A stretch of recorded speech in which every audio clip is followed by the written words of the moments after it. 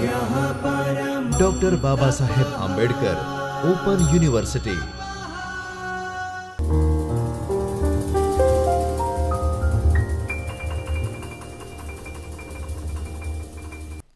नमस्कार विद्यार्थी मित्रों, doctor Baba Saheb Ambedkar open university Ahmedabad के इस चैतन्य स्टूडियो से मैं डॉक्टर राखी जैन, असिस्टेंट प्रोफेसर संस्कृत विभाग, आप सभी विद्यार्थी मित्रों का हार्दिक स्वागत करती हूँ।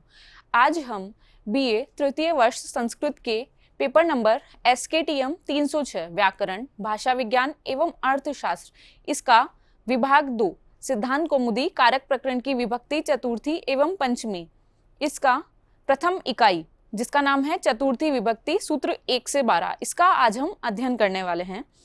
विद्यार्थी मित्रों, हमने पिछली कक्षा में चतुर्थी विभक्ति का प्रारंभ किया था, जिसके हमने 4 सूत्र और 1 वार्तिक का हमने अध्ययन किया था। अब उसी चतुर्थी विभक्ति को आगे हम कंटिन्यू पढ़ते हैं, तो उसी का 5वां सूत्र आज हम पढ़ने वाले हैं। सूत्र है धारे रुत्तमर्णः, जो पाणिनि की अष्टाध्यायी के पहले अध्याय के चौथे पाद का 45वां सूत्र है।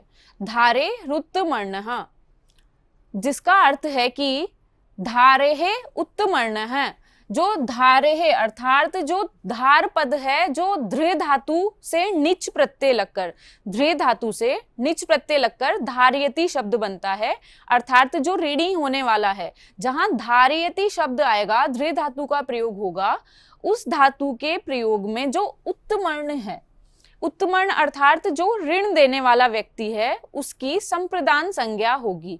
यहाँ पर 2 प्रकार के व्यक्ति हैं। अगर हम किसी से ऋण ले रहे हैं, एक तो होगा ऋण लेने वाला और एक होगा ऋण देने वाला। तो जो ऋण लेने वाला है वो अधमर्ण कहलाता है, और जो ऋण दे रहा है, जो ऋण देने वाला है, वो उत्तमर्ण कहलाता है। तो जो ऋण देने वाला है वो उत्तमर्ण होगा, और जो उत्तमर्ण है उसी की क्या होगी, संप्रदान संज्ञा होगी, और चतुर्थी विभक्ति का प्रयोग होगा। जहां पर धृ धातु का प्रयोग होगा, वहां पर धारयति पद जहां पर होगा, वहां पर जो उत्तमर्ण है, जो ऋण देने वाला है, उसकी संप्रदान संज्ञा होगी। वहां पर हम कौन सी विभक्ति का प्रयोग करेंगे, चतुर्थी संप्रदाने से चतुर्थी विभक्ति का प्रयोग करेंगे। इसी को हम उदाहरण के माध्यम से देखते हैं। हरिहि भक्ताय मोक्षम धारयति, हरि भक्त के लिए मोक्ष को धारण करता है, मोक्ष को देता है। इसमें बताया है कि यहाँ पर धारयति पद का प्रयोग हुआ है।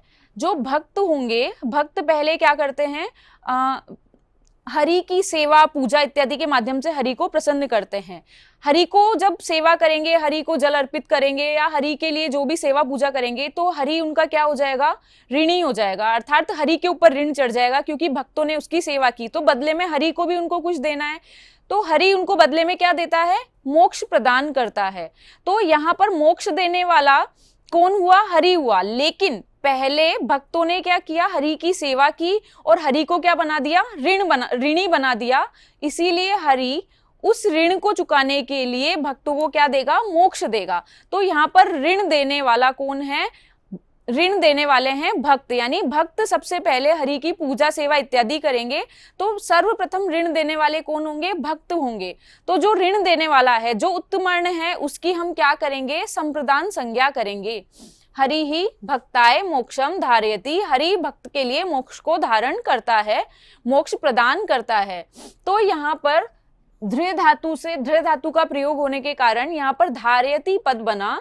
तो हरि जो है वो कौन हुआ, हरि इस समय ऋण लेने वाला है, क्योंकि भक्त जो है वो हरि की सेवा पूजा इत्यादि कर रहे हैं और हरि को क्या बना रहे हैं, ऋणी बना रहे हैं। तो उस समय ऋण देने वाले कौन हुए, भक्त हुए। तो जो भक्त है उसकी हमने क्या की, संप्रदान संज्ञा की और चतुर्थी विभक्ति का प्रयोग किया। इसीलिए जो भक्त शब्द है उसकी चतुर्थी विभक्ति का एकवचन होगा भक्ताय। दूसरा उदाहरण है देवदत्ताय शतम धारयति यज्ञदत्तः, जो यज्ञदत्त है वो देवदत्त के लिए 100 रुपए धारण करता है। क्यों धारण करता है, कभी यज्ञदत्त ने देवदत्त से ऋण के रूप में क्या लिए होंगे, 100 रुपए लिए होंगे, तो यज्ञदत्त उनको वापस लौटाने के लिए अपने पास 100 रुपए धारण करता है। तो ऋण देने वाला कौन है? 100 रुपए देने वाला कौन था? देवदत्त, जिसको अभी यज्ञदत्त वापस लौटाना चाह रहा है। तो जो ऋण देने वाला है उसकी हम संप्रदान संज्ञा करेंगे, तो ऋण देने वाला यहाँ पर था देवदत्त, तो देवदत्त की संप्रदान संज्ञा होकर यहाँ पर चतुर्थी विभक्ति का प्रयोग किया गया है। देवदत्ताय शतम धारयति यज्ञदत्त है, यज्ञदत्त जो है वो देवदत्त के लिए 100 रुपए धारण करता है। तो इस सूत्र का अर्थ हुआ कि जहां पर ध्रे धातु का प्रयोग होगा वहां पर जो उत्तमर्ण है, जो ऋण देने वाला है, उसकी हम क्या करेंगे? संप्रदान संज्ञा करेंगे। छठा सूत्र है स्प्रहेः इप्सितः, जो पाणिनि अष्टाध्यायी के पहले अध्याय के चौथे पाद का 36वां सूत्र है। इस सूत्र का अर्थ है कि स्प्रहेः अर्थात जहां पर स्प्रय धातु होगा, स्प्रय धातु के योग में जो इप्सित है, कर्ता जिसकी ईप्सा करता है, जिसकी चाहना करता है, जिसकी स्पृहा करता है, उसकी संप्रदान संज्ञा होगी। जहां पर भी स्पृह धातु का योग होगा वहां पर कर्ता जिसकी स्पृहा करता है, यानी जिस चीज को चाहता है या जिस पदार्थ को चाहता है, उस पदार्थ की हम क्या करेंगे? संप्रदान संज्ञा करेंगे, और वहां पर भी चतुर्थी विभक्ति का प्रयोग होगा। उदाहरण है माला पुष्पेभ्यः स्पृहयति, माला पुष्पों को क्या करती है? स्पृह करती है, उनकी चाहना करती है। माला को क्या है? पुष्प जो है वो ईप्सित है, लेकिन जहां पर ईप्सितम आएगा, यहाँ पर जहां पर ईप्सितम अर्थ प्रयुक्त होगा वहां पर कर्म संज्ञा होगी। कौन से सूत्र से? कर्तुर ईप्सितमम कर्म से। लेकिन यहाँ पर क्या है? सिर्फ ईप्सित अर्थ है, ना कि ईप्सितमम। इसीलिए माला पुष्पेभ्यः स्पृहयति, माला पुष्पों को क्या करता है? माला पुष्पों को चाहती है। तो इस अर्थ में यहाँ पर हमने जिसकी चाहना हो रही है, स्पृह धातु के योग में जिसकी चाहना हो रही है, जिसकी स्पृहा हो रही है, वहां पर हमने चतुर्थी विभक्ति का प्रयोग किया संप्रदान संज्ञा करके। तो जो पुष्प शब्द की चतुर्थी विभक्ति का बहुवचन, क्योंकि यहाँ पर पुष्पों हम शब्द का प्रयोग कर रहे हैं, बहुत सारे पुष्प का, तो पुष्पेभ्यः जो है वो चतुर्थी विभक्ति का बहुवचन होगा। यदि हम यहाँ पर ईप्सितमम अर्थ बताते तो क्या वाक्य प्रयुक्त होता? माला पुष्पाणि स्पृहयति, जो माला जो है वो पुष्पों को क्या करती है? अत्यधिक चाहती है, अत्यधिक उनको पसंद करती है।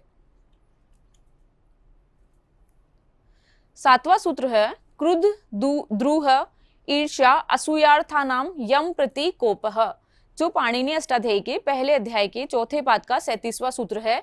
क्रुद्ध द्रूहे ईर्ष्या असूयार्थानाम यम प्रति कोपः। क्रुद्ध, द्रूह, ईर्ष्या और असूया, इन चार अर्थ वाली धातुओं के योग में यम प्रति कोपः, यानी जिसके भी प्रति क्रोध किया जाएगा उसकी संप्रदान संज्ञा होगी। जब भी इन चार अर्थ वाली धातुओं का, क्रुद्ध, द्रूह, ईर्ष्या और असूया, इन चार अर्थ वाली धातुओं का प्रयोग होगा, तो इन धातुओं के प्रयोग में जिसके भी प्रति कर्ता जिसके भी प्रति क्रोध करेगा उसकी हम क्या करेंगे? संप्रदान संज्ञा करेंगे, और चतुर्थी विभक्ति का वहां पर प्रयोग किया जाएगा। इसका उदाहरण है हरये क्रुद्धयति, हरि के ऊपर क्रोध करता है। इसी के साथ हम दूसरा उदाहरण देखते हैं, रामः रावणाय क्रुद्धयति, राम किस पर क्रोध करता है? रावण पर क्रोध करता है। यहाँ पर क्रुद्ध धातु का प्रयोग हो रहा है, और कर्ता किस पर क्रोध कर रहा है? रावण पर, यानी जिसके भी प्रति क्रोध किया जाएगा उसकी चतुर्थी विभक्ति होगी, वहां पर संप्रदान संज्ञा होकर चतुर्थी विभक्ति का प्रयोग होगा। दूसरा उदाहरण है हरये द्रोहयति, हरि से क्या करता है? द्रोहयति, यानी द्रोह करता है। इसी के साथ एक और उदाहरण है कौरवा पांडवेभ्यः द्रोहयति, कौरव जो है वो पांडवों से द्रोह करते हैं। यहाँ पर भी द्रोह धातु का प्रयोग होने के कारण जिसके भी प्रति क्रोध किया गया, कौरवों ने किसके प्रति क्रोध किया? पांडवों के प्रति क्रोध किया, तो जो पांडव है उसमें संप्रदान संज्ञा होकर वहां पर चतुर्थी विभक्ति का प्रयोग हुआ है। इसी प्रकार हरये ईर्ष्यति, यहाँ पर ईर्ष्या अर्थ वाली धातु है ईर्ष्यति। इसी प्रकार केकई कौशल्याय ईर्ष्यति, केकई कौशल्या से क्या करती है? ईर्ष्या करती है। ईर्ष्या अर्थ वाली धातु ईर्ष्य धातु का प्रयोग होने के कारण जिसके भी प्रति ईर्ष्या की जा रही है उसमें चतुर्थी विभक्ति का प्रयोग किया। तो केकई किससे ईर्ष्या कर रही है? कौशल्या से, तो इसी में चतुर्थी विभक्ति का प्रयोग होगा। चौथा उदाहरण है हरये असूयति, हरि के प्रति असूया करता है, हरि से घृणा करता है। रावणः भीषणाय असूयति, रावण जो है विभीषण से असूया करता है। यहाँ पर भी असूया अर्थ वाली धातु होने के कारण जिसके प्रति भी असूया की जा रही है, विभीषण के प्रति असूया की जा रही है, इसीलिए इसमें चतुर्थी विभक्ति का प्रयोग होगा और यहाँ पर संप्रदान संज्ञा होगी। 8वां सूत्र है क्रुद्ध द्रुहोः उपसृष्टयोः कर्म, जो पाणिनि अष्टाध्यायी के पहले अध्याय के चौथे पाद का 38वां सूत्र है, जिसका अर्थ है कि क्रुद्ध द्रुह उपसृष्टयो कर्म, जहां पर भी उपसृष्टयो यानी उपसर्ग युक्त क्रुद्ध और द्रुह धातु का प्रयोग होगा, जहां पर भी उपसर्ग के साथ क्रुद्ध या द्रुह धातु का प्रयोग होगा, तो वहां पर भी जिसके भी प्रति क्रोध किया जाएगा या द्रोह किया जाएगा उसकी क्या होगी, कर्म संज्ञा होगी, ना कि यहाँ पर चतुर्थी विभक्ति का प्रयोग होगा। अगर उपसर्ग से युक्त क्रुद्ध धातु है या द्रुह धातु है तो वहां पर हम कौन सी संज्ञा करेंगे, कर्म संज्ञा करके द्वितीय विभक्ति का प्रयोग करेंगे। लेकिन अगर उपसर्ग से युक्त क्रुद्ध और द्रुह धातु नहीं है तो वहां पर हम चतुर्थी विभक्ति का ही प्रयोग करेंगे, जो हमने इससे पहले सूत्र पढ़ा उसके अनुसार।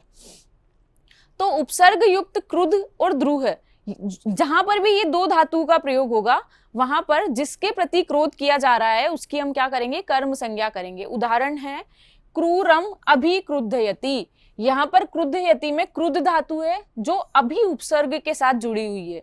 तो उपसर्ग युक्त क्रुद्ध धातु होने के कारण जिसके प्रति क्रोध किया जा रहा है यानी क्रूर व्यक्ति पर क्या करता है, क्रोध करता है।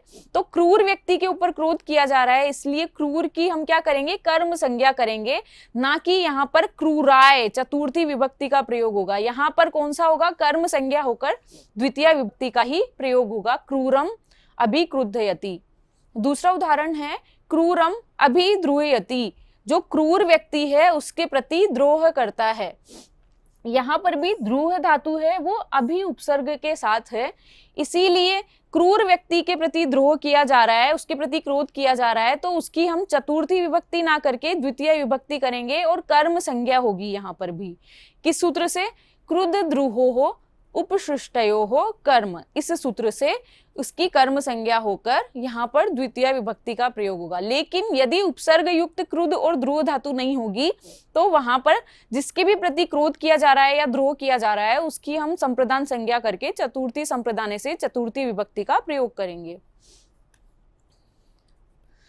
तो विद्यार्थी मित्रों, आज हमने तृतीय विभक्ति के आगे 8 सूत्रों तक का अध्ययन किया। अभी आगे आने वाली कक्षा में हम आगे के जितने भी चतुर्थी विभक्ति के बचे हुए सूत्र हैं उसका हम अध्ययन करेंगे।